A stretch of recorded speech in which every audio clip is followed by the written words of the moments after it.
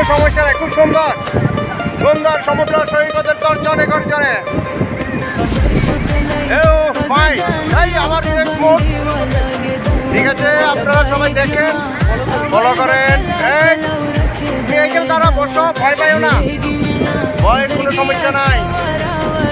এভাবেই সমুদ্রের তর্জন গর্জন।